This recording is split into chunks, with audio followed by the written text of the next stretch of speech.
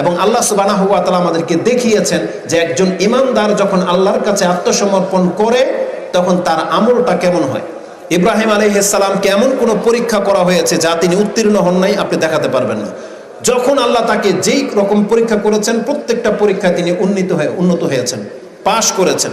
আল্লাহ সুবহানাহু ওয়া তাআলা তাকে লম্বা সময় বিনা সন্তানে রেখেছেন।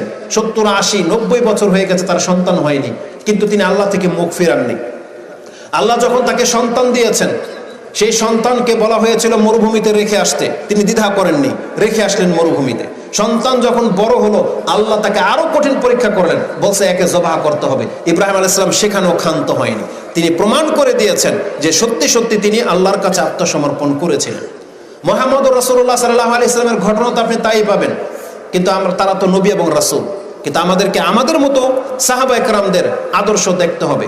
আপনি ভুলে গেছেন যে সাহাবায়ে কেরামরা আল্লাহর প্রতি ঈমান আনার পরে তাদের চরিত্রটা কেমন ছিল। যখনই আল্লাহর পক্ষ থেকে কোনো কিছু হালাল হারাম করা হয়েছে তারা সাথে সাথে মেনে নিয়েছেন, আমাদের মতো হিল্লা বাহানা করেননি।